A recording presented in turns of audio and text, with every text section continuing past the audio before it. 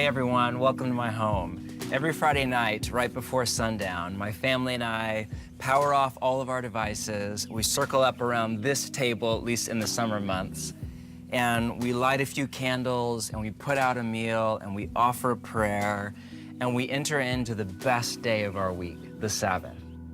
And every Sabbath, sometimes within an hour, other times not till halfway through or till the end, depending on how exhausted I am from the week before, it's like I feel something come alive again in my inner man, in this deep part of my soul. I just feel my soul breathe, inhale, and exhale. I feel it kind of open up and expand with capacity of love for God and for neighbor.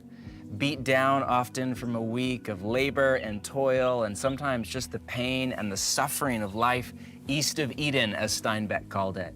I feel this hope kind of rise up in my heart and fortify my spirit, my inner man, for the week ahead. This is by design, from the mind of God, the Creator himself.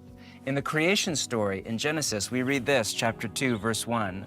Thus the heavens and the earth were completed in all of their vast array. By the seventh day, God had finished the work he had been doing. So on the seventh day, he rested from all his work. Then God blessed the seventh day, and he made it holy, because on it he rested from all the work of creating that he had done. Built into the rhythm of creation by the Creator himself is a day that is blessed in the language of the text and holy. And built into the human soul, into the fabric of what makes you you, is an ache for that day of Sabbath rest. Think about the images of advertising that come to us on the pages of magazines or in our Instagram feed. From bedding to glassware to furniture to pottery or food, almost all of them are images of Sabbath. The irony is the marketing departments of a furniture or a pottery or an appliance company know that you ache for Sabbath, that you ache for rest, but you don't have it. And they are tapping into our deep human restlessness. But the irony is, to get this feeling, you don't need to pay $99 for a new terry cloth bathrobe or $69.99 for a new throw pillow for your bed. It's free. You just need to Sabbath. The word Sabbath is Shabbat in Hebrew, and there are 4 ways to translate it into English from which we get the 4 movements of Sabbath: stop, rest, delight, and worship. A short word on each. First, we stop.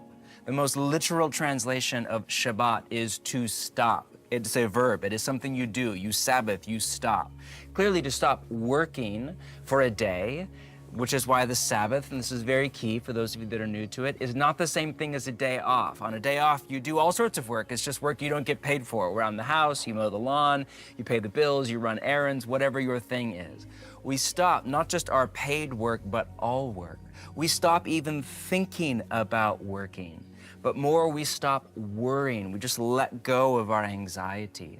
Finally, we stop even wanting. We stop buying and selling, which just fuels that inner discontent and that desire for more, and we stop and kind of take stock of what we have and practice gratitude. And in stopping for a full day each week, we fight against the hurry of our soul and our society. I love this from the writer Alan Fadling. The Sabbath is our antidote for our hurried, harried pace of life, and gives us the unhurried 1 in 7 rhythm woven into the fabric of creation. That seventh day is a space for us to enter into a needed recovery and perhaps go through the inevitable withdrawals from the hurry, drivenness, and workaholism that plagues so many of our lives, families, communities, and organizations. On the Sabbath, hurry becomes a vice, the exact opposite of our workaday world's way of making it a virtue. Sabbath is like a secret weapon in the war on hurry. Second, we rest. When used as a verb, Shabbat is normally translated rest, as in Genesis 2. God rested on the Sabbath day. This is soul level, holistic rest. It's physical, yes, we sleep and kind of lie on the couch and decompress, but it's also mental. We kind of set the hard work of problem solving aside. It's emotional. Abraham Heschel, the Jewish writer on the Sabbath, said in his book on it, it's a sin to be sad on the Sabbath day. It's a day to just kind of curate joy. Spiritual rest even. In fact, Orthodox Jews, this is interesting, refuse to do any kind of intercessory prayer on the Sabbath. They pray, but not for other people or not asking God for things, because as most of us know, that kind of prayer feels kind of like work. I pray a lot on the Sabbath, but if you were to follow me around with like a hidden camera and watch me, my prayer would look a lot like, suspiciously like me sitting on the couch, drinking coffee and staring out the window in my bathrobe. I'm not wasting time, or if I am, I'm wasting time on God. I'm just resting in Him. Third, Sabbath can also be translated to delight. It's a kind of resting that is like a feast or a party, a celebration, a holiday or holy day. It's easy to think about the Sabbath in just the negative. It's about saying no to work or no to worry or no to want. It's about what we don't do. But really, it's more positive than anything. It's about creating space for saying yes to delight. After all, in Hebrew, God, quote, blessed the Sabbath day. The Hebrew word blessed there is barak, and it can also be translated happy. He made happy the holy day. The Sabbath is a blessed day. It's a happy day.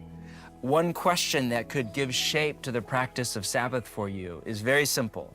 It's this: what could I do for a 24-hour period that would bring me deep, soul-level, throbbing joy? Psychologists have a term for what all of us do when you save up a bunch of good experiences for one special day, like a birthday or an anniversary or a vacation. They call it, quote, pleasure stacking. We pleasure stack on the Sabbath. It's just like our 24-hour, every single week we do it, not once a year or once a quarter. Every week we have special foods that we only eat on the Sabbath. Every Sabbath night we make homemade sourdough bread. It's the one night of the week we have dessert, and then half the time the next morning I make pancakes. We do all sorts of just fun, special experiences that we look forward to all week long, things that we don't have time for in the hurry and the hustle of day-to-day life. We just kind of pamper our soul. We feed it with beauty and goodness and truth. Our world is full of so much that is ugly, and our news feed all week long just makes a bad problem worse by kind of training our mind to focus on all the ugliness and all that has defaced the beauty of God. Sabbath is a way of retraining our mind and our imagination to delight in just how good our life actually is before God. I love what Marva Dawn writes about this. Observing the Sabbath gives us the opportunity to be as careful as we can to fill our lives with beauty and to share beauty with the world around us. As I spend the day reflecting on the character of God, I'm overwhelmed by His love for me. As I feast upon His goodness in all its beautiful forms, I realize more profoundly that I am a special part of His creation and designed especially for His purposes in a uniquely beautiful way. For many of us, joy doesn't just come naturally to our personality. Richard Foster called joy a consciously chosen way of thinking and living. Sabbath is a day to curate joy. Finally, last, it is a day we worship. Not only is the day blessed in Genesis, but it's also holy, a Hebrew word meaning set apart for or dedicated to God.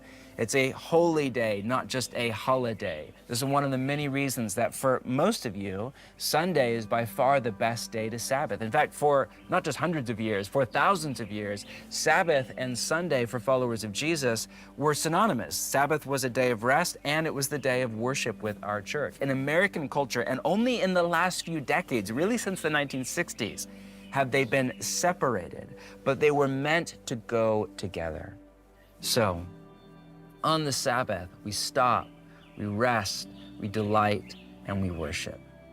If all of this sounds a bit like a pipe dream to you, if it sounds like another world to you, another life than the one you're living, that's because it kind of is. It is a portal to heaven on earth, a way of living in the kingdom of God with Jesus. On the Sabbath, we enter another world. We enter the life of the kingdom. And if this sounds unrealistic to you, if you're thinking, how could I set aside a whole day? You have no idea how busy I am. I can't even get 8 hours sleep at night, much less a whole day to rest. Well, again, start where you're at, not where you feel or think that you should be. If where you're at is, I can go to church Sunday morning, and then maybe 2 or 3 hours after, we can put away our phones and have kind of a leisurely lunch as a family or with some friends and just laugh and pray a little bit. Great, like start there. Start with a meal, start with church and a meal. This is, like so many of the practices of Jesus, a call not to do more, but to do less. Not to addition, but to subtraction. Not to add things onto your already overbusy life, but to actually slow down and simplify around the way of Jesus. And if you do it, if you make space to rest in Jesus, you will find him there, and you will find, in his own words, rest for your souls.